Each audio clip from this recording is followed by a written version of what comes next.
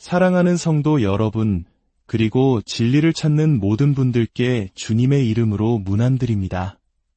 오늘 말씀을 시작하기에 앞서 만약 이 이야기가 여러분의 마음에 울림을 준다면 주저하지 마시고 이 은혜를 주변 사람들과 함께 나누어 주시길 부탁드립니다. 여러분의 공유 하나가 절망 속에 있는 다른 영혼에게 희망의 빛을 전하는 통로가 될 수 있습니다. 저희 채널을 구독하시는 것 또한 저희가 생명의 말씀을 계속해서 전파하는 데에 큰 힘이 됩니다. 여러분의 귀한 마음에 하나님께서 풍성한 축복으로 함께 하시기를 기도합니다. 오늘 저는 결코 우리를 대적하지 않으시고 언제나 우리 편이 되어주시는 아버지 하나님에 대해 이야기하고자 합니다. 하지만 때때로 그분이 여러분을 위해 원하시는 것은 여러분 자신이 원하는 것보다 훨씬 더 위대하고 원대할 때가 있습니다. 왜냐하면 당신이 고작 오늘의 점심 식사를 걱정할 때 하나님께서는 당신의 가문이 남길 유산을 생각하시기 때문입니다. 당신이 눈앞에 순간적인 욕망에 사로잡혀 있을 때 하나님께서는 당신의 영원한 운명을 계획하고 계십니다. 하나님께서는 지금 당신을 어떤 길로 인도하고 계시는지 정확히 알고 계십니다. 그래서 때로는 당신이 그저 오늘 입은 옷이 망가질까 봐 전전긍긍하는 그 순간에 하나님께서는 당신의 미래 전체를 보호하기 위해 애쓰고 계신 것입니다.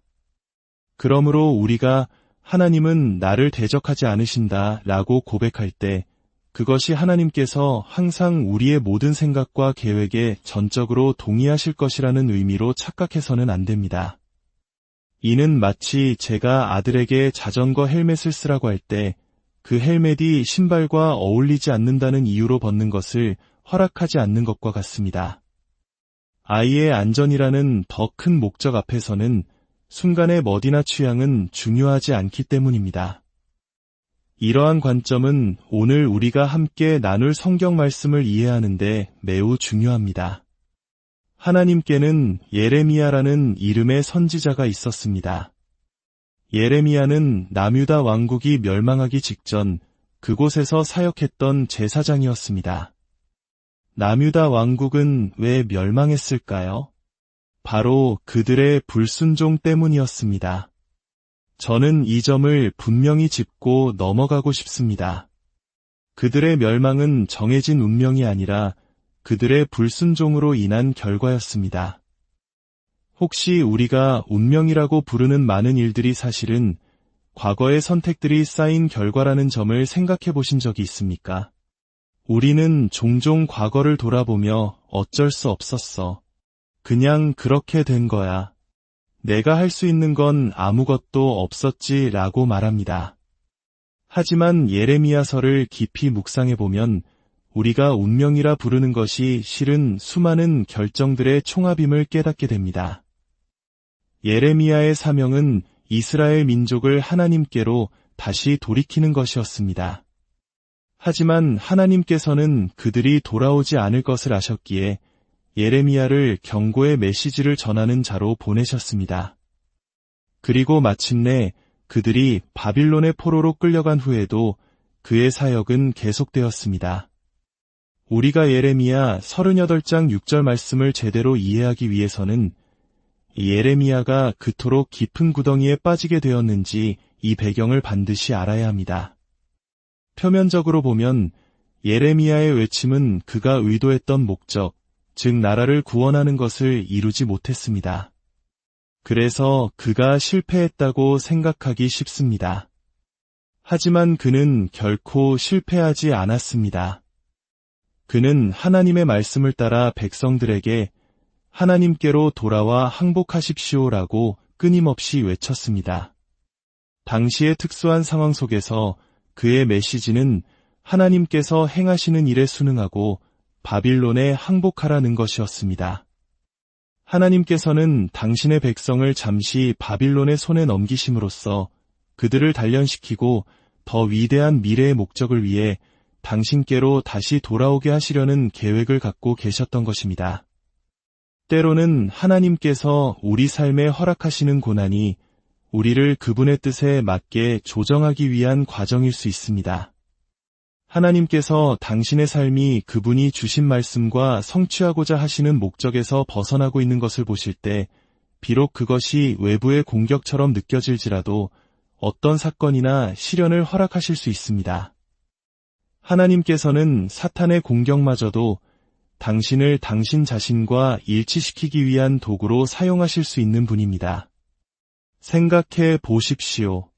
자녀의 두개골이 깨지는 것을 보느니 차라리 스마트폰을 빼앗아 버리는 것이 부모의 사랑 아니겠습니까? 하나님께서도 마찬가지입니다. 제가 하나님은 나를 대적하지 않으신다 라고 선포했을 때 여러분이 기대했던 내용과는 조금 다를 수 있습니다. 하지만 저는 분명히 말씀드립니다. 하나님께서는 당신을 해치는 것들을 대적하십니다. 하나님은 당신을 대적하지 않으십니다. 하지만 당신인 척하는 거짓된 자, 당신의 영혼을 썩게 만들고 하나님께서 부르신 소명을 강탈해가는 그 모든 것들을 대적하십니다.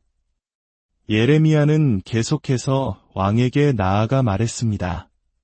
하나님께서 행하시는 일에 순종하십시오. 진작 돌이켰어야 했지만 지금이라도 항복하면 하나님께서 당신을 구원하실 것입니다. 그러나 그들은 끝까지 항복하지 않았습니다. 결국 왕의 측근이었던 4명의 고관들이 나섰습니다. 그들은 왕이 듣고 싶어하는 말만 해주는 아첨꾼들이었습니다.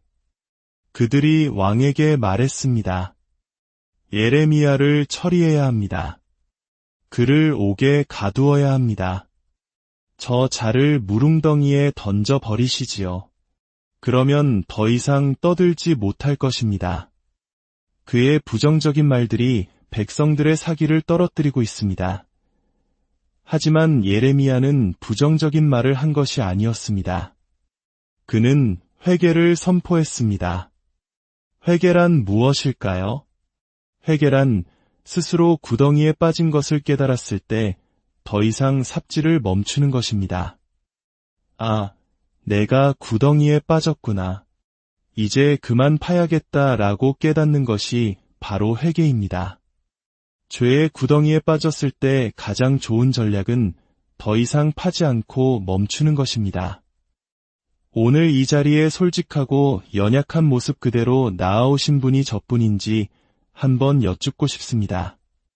자신의 죄 때문에 깊은 구덩이에 빠져본 경험이 있으신 분 계십니까?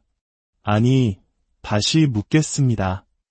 하나님께서 이제 그만하라고 경고하셨음에도 불구하고 무언가에 점점 더 깊이 빠져들어간 경험이 있으신 분은 얼마나 되십니까? 그 결과가 너무나 끔찍해질 때까지 기다렸던 분, 그 고통이 극심해질 때까지 버텼던 분, 그래서 이제는 10배나 많아진 문제들 때문에 3배나 더 길게 기도해야만 하는 상황에 처하신 분은 없으십니까? 만약 가라앉기 시작했을 때 바로 주님께 아뢰었다면 어땠을까요? 하나님은 나를 대적하지 않으신다. 그분은 언제나 나를 위하시고 언제나 나와 함께 하십니다. 이제 우리는 예레미야 38장 6절이 던지는 큰 질문에 답해야 합니다. 성경을 다시 보겠습니다. 그들이 예레미야를 끌어다가 시위대 뜰에 있는 왕의 아들 말기야의 웅덩이에 던져 넣을 때에 예레미야를 밧줄로 달아내렸는데 그 웅덩이에는 물이 없고 진창뿐이므로 예레미야가 진창 속에 빠졌더라. 이 웅덩이는 직경이 1미터도 채 안 되지만 깊이는 5미터에 가까웠고 아래로 내려갈수록 넓어지는 구조였습니다. 본래 빗물을 모으기 위해 만들어진 곳이지 사람의 몸을 가두기 위한 곳이 아니었습니다. 그런데 그 웅덩이에는 물이 한 방울도 없고 오직 진흙뿐이었다고 성경은 기록합니다. 그리고 예레미야는 그 진흙 속으로 가라앉았습니다. 만약 예레미야가 죄를 지었다면 이 상황은 이해하기 쉽습니다. 저 역시 죄를 지었을 때 가라앉는 기분을 느껴봤기 때문입니다. 쓴 마음을 품었을 때, 중독에 빠졌을 때, 저 자신의 어리석은 결정들 속에서 가라앉는 것을 경험했습니다. 우리 중 어리석음의 늪에 빠져본 적 없는 사람이 누가 있겠습니까? 하지만 이제 우리는 질문해야 합니다. 만약 예레미야가 하나님을 위해 말하고 있었고 하나님을 섬기고 있었으며 죄를 짓지도 않았고 어리석지도 않았다면 우리는 죄 때문에 혹은 어리석음 때문에 가라앉아 본 경험이 있습니다. 죄의 늪에 빠졌을 때는 회개하면 됩니다. 그렇다면 주님을 섬기다가 가라앉을 때는 어떻게 해야 할까요? 이것이 바로 오늘 제가 여러분과 함께 나누고 싶은 대화의 핵심입니다. 하나님, 저는 하나님을 섬기고 있습니다. 제가 완벽하다는 말은 아니지만 분명 주님을 섬기고 있는데 저는 지금 가라앉고 있습니다. 제 설교 중 일부는 어디서 나왔는지 아시면 아마 놀라실 겁니다. 어떤 설교들은 솔직히 말씀드리면 바로 그 진흙 속에서 나왔습니다.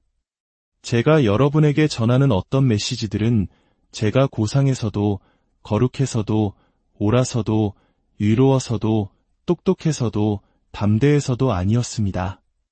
제가 전하는 어떤 설교들은 바로 그 질퍽한 진흙탕 속에서 건져 올린 것들입니다. 진흙 속에서 온 메시지들.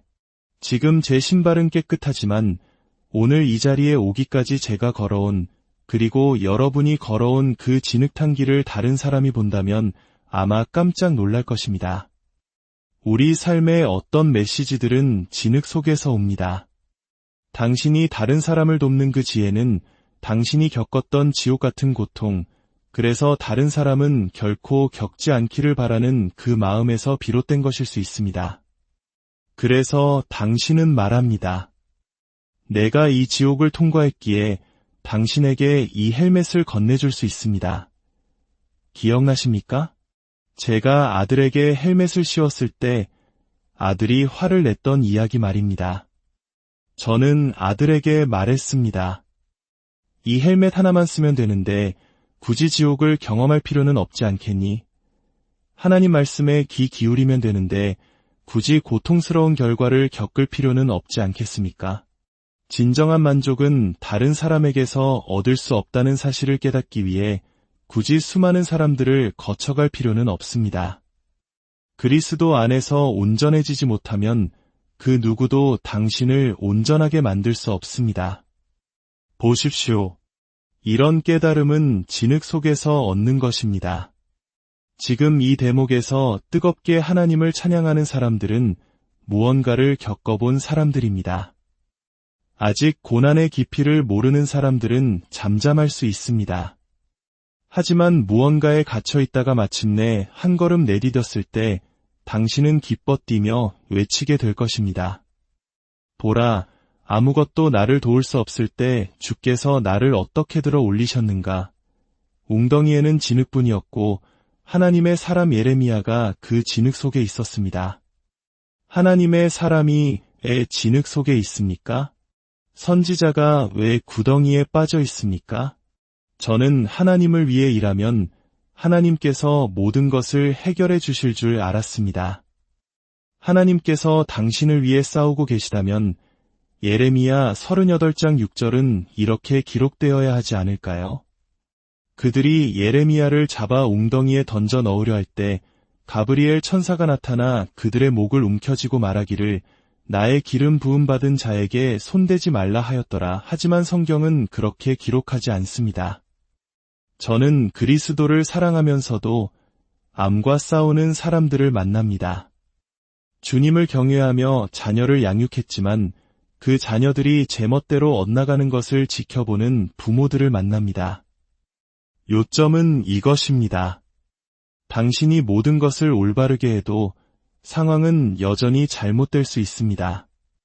우리는 진흙 속에 빠진 하나님의 사람 예레미야에 대해 이야기하고 있습니다. 성경은 그가 진흙 속으로 가라앉았다고 말합니다. 이것은 매우 중요합니다. 강한 사람도 가라앉습니다.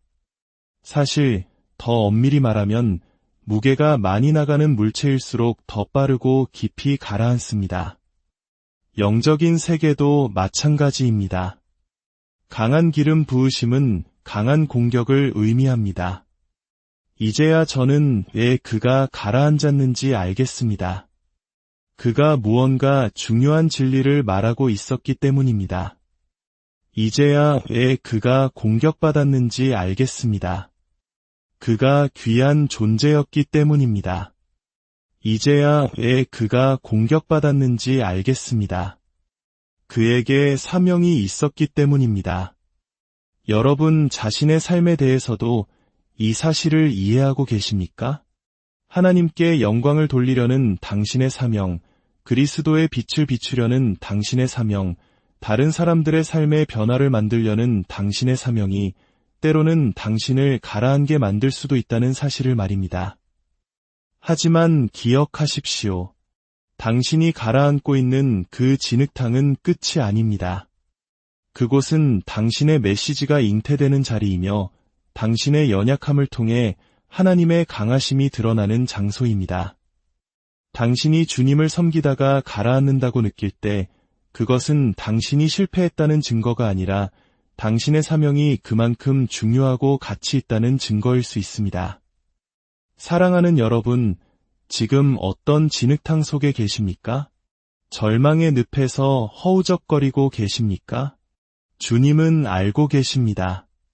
그리고 주님은 당신과 함께 그 진흙탕 속에 계십니다. 당신을 건져내실 그분의 때를 신뢰하십시오.